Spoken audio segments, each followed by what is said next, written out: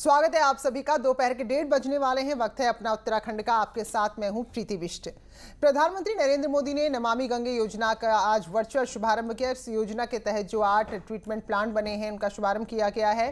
तो हरिद्वार में बनाए गए 68 MLD, 27 MLD, 18 MLD के सीवर ट्रीटमेंट प्लांट का आज ऑनलाइन शुभारंभ हुआ। साथ ही हरिद्वार के चंडीघाट पर नवनिर्मित गंगा अवलोकन केंद्र और रिवर फ्रंट का भी उद्घाटन वर्चुअली प्रधानमंत्री ने किया है। इस दौरान केंद्रीय जल शक्ति मंत्री और राज्य के मुख्यमंत्री त्रिवेंद्र सिंह रावत, कैबिनेट मंत्री सतपाल महाराज, कैबिनेट मंत्री मदन कौशिक, विधायक सुरेश राठौर, आदेश चौहान भी मौजूद थे। तो सभी वीडियो कॉन्फ्रेंसिंग के जरिए इस कार्यक्रम से जुड़े। हम सब विदित हैं कि आदिकाल से ही गंगा भारत की प्राकृतिक संपदा ही नहीं वरन जीवनदायिनी तथा मोक्षदायिनी नदी के रूप में जन जन की भावनात्मक आस्था का आधार भी है। उत्तराखंड राष्ट्रीय नदी गंगा एवं इसकी प्रमुख सहायक नदियों का उद्गम स्थल है। गंगा किनारे सदियों से विकसित सभ्यता भारतीय संस्कृति का अभिन्न अंग है। परंतु गत वर्षों में जनसंख्या वृद्धि तथा मानव जनित गतिविधियों में वृद्धि के कारण गंगा नदी के पानी की नैसर्गिक गुणवत्ता तथा उपलब्धता प्रभावित हुई है। माननीय प्रधानमंत्री जी, आपके आशीर्वाद से, आपके कुशल मार्गदर्शन में इस दिशा में संपूर्ण प्रयास हुए और तमाम कार्यक्रम इस दिशा से संचालित किए गए। चार धाम की पवित्रता को अपने में समेटे देवभूमि उत्तराखंड की धरा को मेरा आदरपूर्वक नमन। आज मां गंगा की निर्मलता को सुनिश्चित करने वाले 6 बड़े प्रोजेक्ट्स का लोकार्पण किया गया है। इसमें हरिद्वार, ऋषिकेश, बद्रीनाथ और मुनि की रेती में सीवेज ट्रीटमेंट प्लांट और म्यूजियम जैसे प्रोजेक्ट्स भी शामिल हैं। इन तमाम प्रोजेक्ट्स के लिए उत्तराखंड के सभी साथियों को मैं बहुत बहुत बधाई देता हूं। और आज जिन योजनाओं का शुभारंभ हुआ है, ऐसे में गंगा के उद्गम स्थल गंगोत्री उत्तरकाशी के लोग भी प्रधानमंत्री की इस पहल का स्वागत कर रहे हैं। तो यहाँ के लोग प्रधानमंत्री से मांग कर रहे हैं कि गंगा के मायके में, गंगा किनारे जो छोटे छोटे कस्बे बसे हुए हैं, वहाँ भी इसी तरह के ट्रीटमेंट प्लांट लगाए जाए ताकि किसी भी तरह का कोई भी अनट्रीटेड और गंदा पानी गंगा में ना जाए। और हमारी मांग है प्रधानमंत्री श्री नरेंद्र मोदी जी से कि क्योंकि ये उत्तरकाशी गंगा का मायका है, तो उत्तरकाशी में क्योंकि बहुत सारे स्नान घाट बने हैं, मोक्ष घाट बने हैं, गंगोत्री से लेके और चिनियाली सौर तक। अभी इसमें और काम करने की ज़रूरत है क्योंकि बहुत सारे जो हमारे शहर हैं जैसे भटवाड़ी है, मनेरी है, डुंडा है, चिनियाली सौर है, ये गंगा के किनारे हैं। तो इन शहरों में और इन कस्बों में STP सिस्टम की ज़रूरत है। उत्तराखंड परिवहन निगम की बस बुधवार से यानी कि कल से चलनी शुरू हो जाएंगी। उत्तर प्रदेश, दिल्ली, हरियाणा, चंडीगढ़ समेत कई राज्यों के लिए निगम बसों का संचालन करेगा। ISBT पर ड्राइवर कंडक्टर को नई गाइडलाइंस की जानकारी आज दी जा रही है ताकि जब ये दूसरे राज्यों में जाएं तो जो भी कोरोना के नियम हैं उनका पालन करें। उत्तराखंड परिवहन निगम की बसेस कल से चलना शुरू हो जाएंगी और आज उससे पहले सभी ARM को डायरेक्शंस यहां पर दिए गए हैं।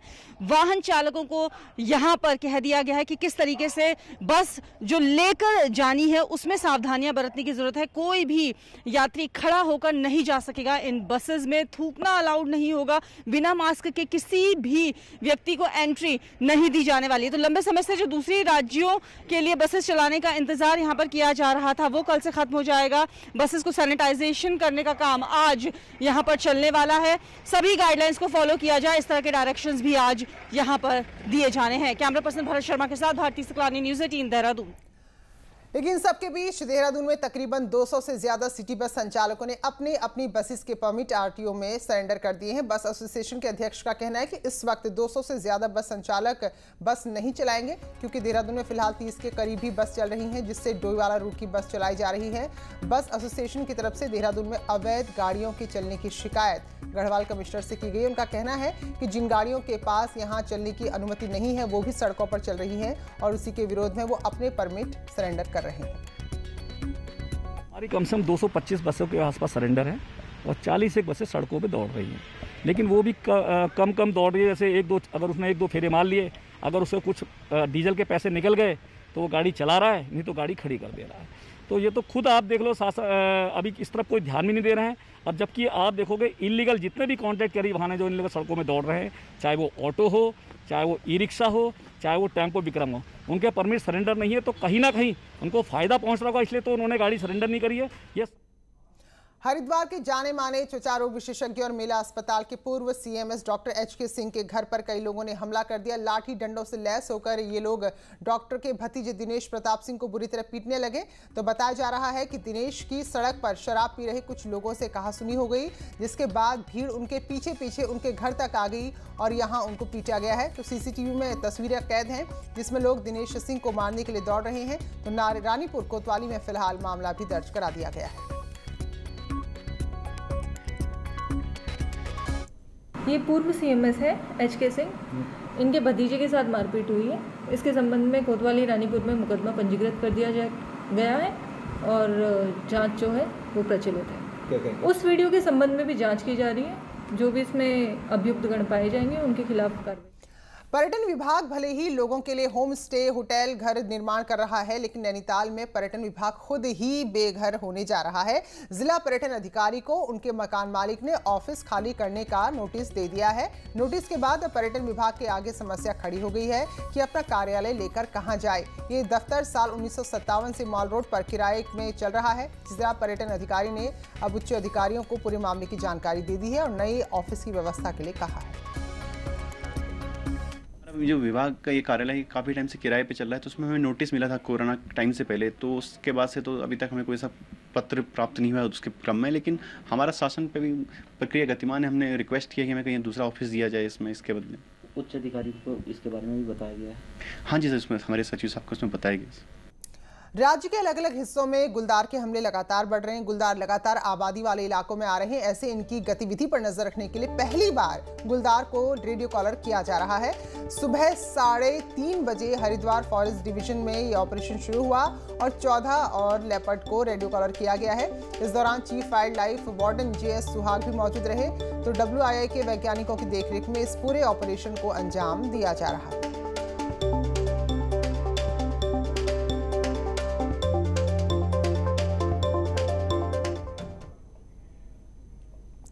कैबिनेट मंत्री हरक सिंह रावत के कोरोना पॉजिटिव आने के बाद कोटद्वार में उनके संपर्क में जहां जहां वो गए थे, जो लोग उनसे मिले थे, उनकी ट्रेसिंग की जा रही है। वहीं एक महिला भी कोरोना पॉजिटिव पाई गई है। कोरोना संक्रमण से पहले हरक सिंह ने तहसील परिसर के अंदर वकील के चैम्बर का उद्घाटन किया था।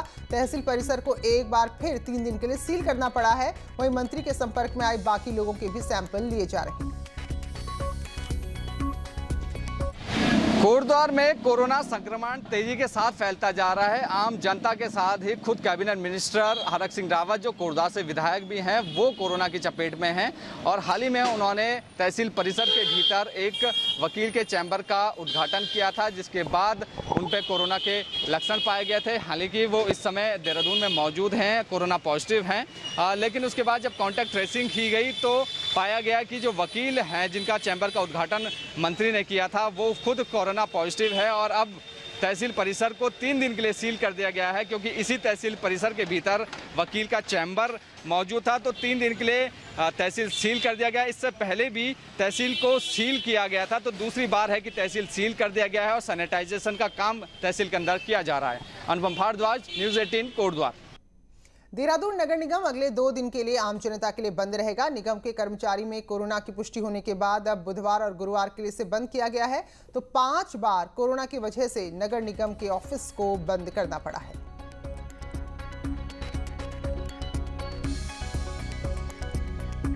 कोई केस हेल्थ डिपार्टमेंट से रिपोर्ट हुआ था, उसके कारण ही हम लोगों ने मंडे और ट्यूसडे को यहाँ पर जन सामान्य के लिए प्रवेश को रोका था। हालांकि हमारे नगर निगम का इंटरनल काम तो सुचारू रूप से चल रहा है, सभी कर्मचारी अधिकारी आ रहे हैं, लेकिन अभी मॉर्निंग में एक केस फिर रिपोर्ट हो गया है और इसके कारण बुधवार और बृहस्पतिवार ये 2 दिन फिर जन सामान्य का प्रवेश इसमें वर्जित होगा।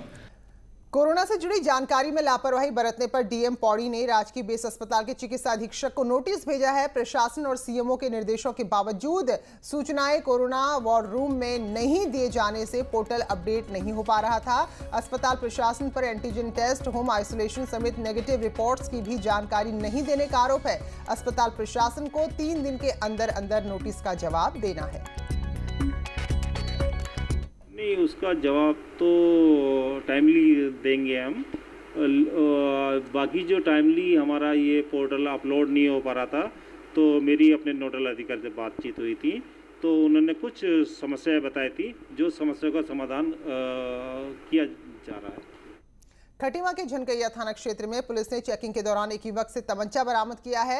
युवक से एक तमंचा जिंदा कारतूस मिला है। तमंचे के साथ पकड़ा गया युवक खटीमा का रहने वाला है, तो फिलहाल उसके खिलाफ आर्म्स एक्ट के तहत मुकदमा दर्ज किया गया है।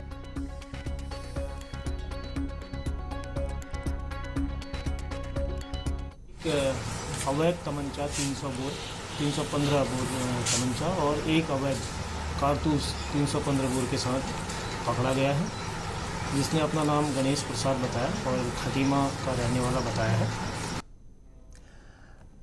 हल्द्वानी में नशे का कारोबार लगातार फैल रहा है, जिससे स्थानीय लोग नाराज भी हैं और चिंतित भी हैं। खासतौर पर गांधीनगर, राजपुरा, मंगल पड़ाव, कुसुमखेड़ा, कालाढूंगी रोड है, जहां जबरदस्त तरीके से नशे का कारोबार हो रहा है। खासतौर पर युवा और बच्चे इसकी जद में आ रहे हैं। गांधीनगर के पार्षद ने एसपी सिटी से मुलाकात कर अपने इलाकों में और बाकी इलाकों में नशाखोरी को और नशे के कारोबार को रोकने की मांग की है। आज हम एसपी सिटी महोदय को चरस और स्मैक का जो अवैध कारोबार गांधीनगर में ज़माने से फल फूल रहा है, उसको लेकर के को हम आज एसपी महोदय से मिले और हमने उनको बताया कि साहब गांधीनगर में जो चरस का और स्मैक का कारोबार जो चल रहा है वो छोटे छोटे बच्चों के माध्यम से कराया जा रहा है। केदारनाथ धाम में पुनर्निर्माण कार्यों को गति देने के लिए MI-26 हेलीपैड का विस्तार किया जा रहा है। इसके धाम में सेना के मालवाहक चिनूक की मदद में भारी मशीनों को पहुंचाया जाएगा, जिससे निर्माण कार्यों में तेजी आएगी। तो धाम के दूसरे चरण का काम अक्टूबर महीने से शुरू होगा, जिसके लिए गौचर में भारी मशीनें जो रखी गई हैं उन्हें चिनूक के जरिए केदारनाथ तक पहुँचाया जाना है।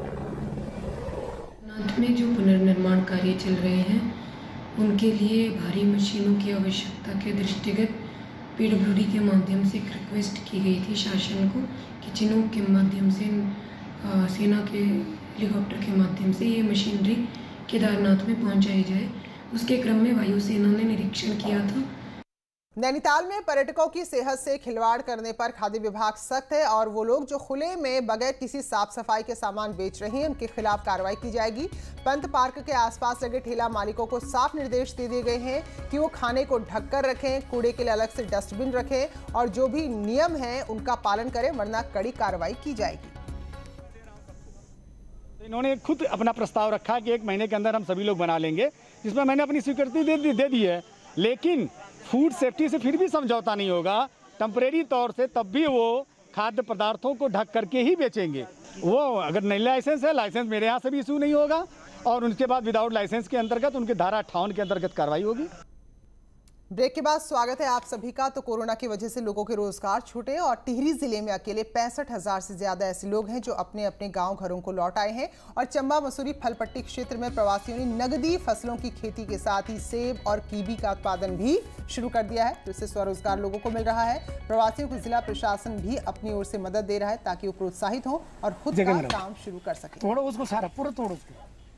हमारे यहाँ पर सेब के अपने बगीचे हैं, कुछ खुमानी, एप्रिकॉट वगैरह सभी हैं, तो इसका मैंने सोचा क्यों ना इसमें कुछ किया जाए। तो मैंने स्टार्टिंग इन्हीं चीज़ों से करी, एप्पल से शुरू किया और उसके कुछ थोड़ा छोटे मोटे प्रोडक्ट यहाँ पर मैंने बनाए।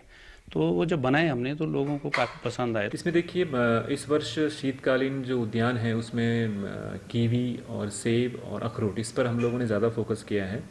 सेब पर इस वर्ष काफ़ी लोग आगे आए हैं और पिछले साल की तुलना में इस वर्ष लगभग 22,000 पौधों की डिमांड अब तक हमें मिल चुकी है, जिसकी की धनराशि भी जमा की जा चुकी है।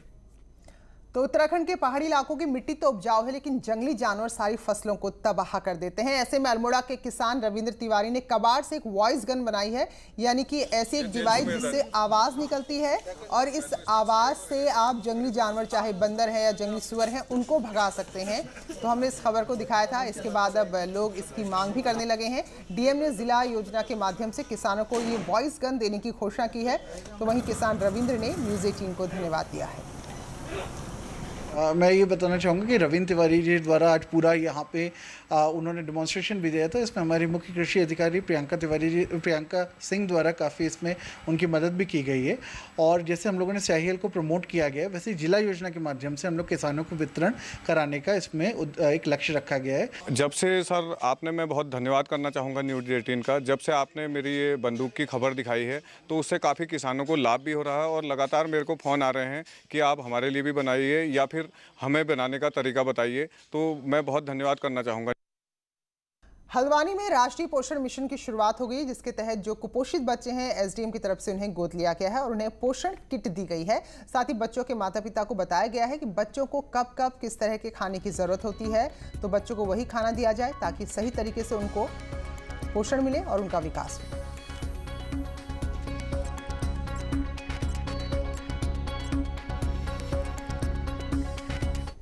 और इन सबके बीच बड़ी खबर उत्तर प्रदेश से आ रही है, जहां उपचुनाव का ऐलान हो गया है। 3 नवंबर को उपचुनाव होंगे। तो उत्तर प्रदेश की 7 सीटों पर जो उपचुनाव होने हैं, 3 नवंबर को मतदान होगा, वोट डाले जाएंगे, जबकि 10 नवंबर को नतीजे आ जाएंगे।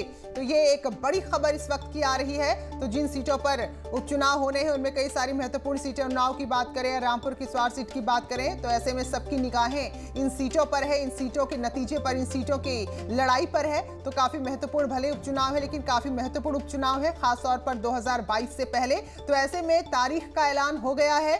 3 नवंबर को वोट डाले जाएंगे, मतदान होगा और 7 सीटों पर 10 नवंबर को नतीजे आ जाएंगे। तो ये बड़ी खबर है इस वक्त की उत्तर प्रदेश के उपचुनाव से जुड़ी हुई। तो देश में जहां जहां उपचुनाव होने हैं अलग अलग राज्यों में, तो उन सब की तारीखों का ऐलान हो गया है और उनमें उत्तर प्रदेश की जिन सीटों पर चुनाव होने हैं उसके लिए 9 नवंबर की तारीख तय की गई है। 9 नवंबर को मतदान होगा और 10 नवंबर को नतीजे आ जाएंगे। तो 7 सीटों पर उपचुनाव होना है, महत्वपूर्ण सीटें हैं, 7 सीटों में से कई सारी सीटें। और खासतौर पर अगर हम इस बार की बात करें तो बहुजन समाज पार्टी मायावती कभी भी उपचुनाव में हिस्सा नहीं लेती थी, लेकिन इस बार वो भी कह रही हैं कि सब सीटों पर अपने प्रत्याशियों को मैदान में उतारेंगी। तो 22 से पहले ये एक टेस्ट भी सब अलग अलग दलों के लिए है।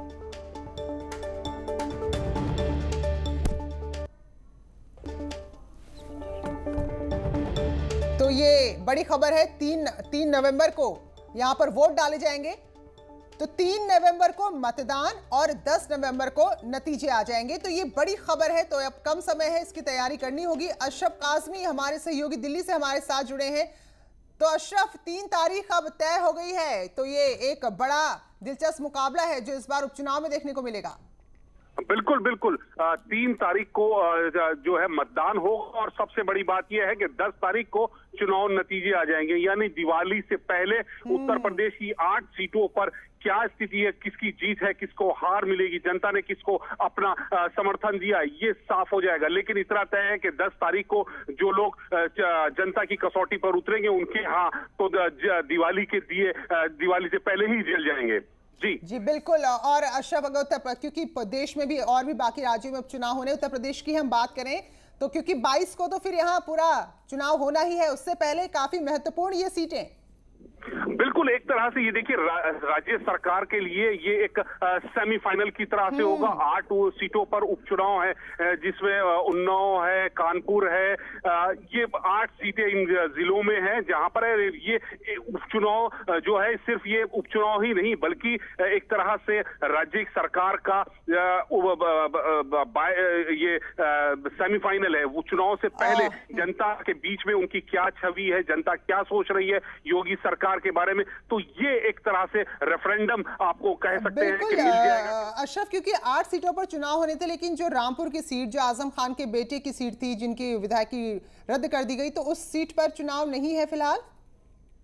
जी अभी तो देखिए चुनाव आयोग ने ऐसा ही किया है कि अब कुछ सीटों पे उन्होंने रोका है, लेकिन उनका क्या हो सकता है कि आगे समय में हो जाए। बिल्कुल बिल्कुल, बहुत बहुत शुक्रिया। तो 3 नवंबर को मतदान होगा और 10 तारीख को नतीजे आ जाएंगे। बहुत बहुत शुक्रिया आपका अशरफ जानकारी के लिए। तो अहम खबर जिसका इंतजार हो रहा था वो आगे 3 तारीख है नवंबर की, जब मतदान होगा। फिलहाल फिर से लौटेंगे उत्तराखंड की खबरों की तरफ। राज्य में पर्यटन स्थल खुलने लगे हैं और उत्तरकाशी के भी कई सारे ऐसे पर्यटन स्थल हैं जहां अब पर्यटक नजर आ रहे हैं। जिले में नचिकेता ताल, हर्षिल, गौमुख, तपोवन ट्रैक समेत कई सारे ऐसे खूबसूरत जगह हैं जहां पर अब जो पर्यटन कारोबार से जुड़े लोग हैं वो भी अपनी अपनी तैयारियों में जुट गए हैं। तो फिलहाल इस बार कुछ नए नियम होंगे, जो भी पर्यटक यहाँ आएंगे उनका रजिस्ट्रेशन किया जाएगा और साथ ही सभी पर्यटन क्षेत्रों में पीआरडी कर्मचारी नियुक्त किए जाएंगे, जिससे किसी भी पर्यटक को किसी भी तरह की कोई परेशानी ना हो। तो इन्हीं खबरों के साथ उत्तराखंड के बुलेटिन में अभी बस इतना ही, लेकिन ब्रेक के बाद भी खबरों का सिलसिला जारी।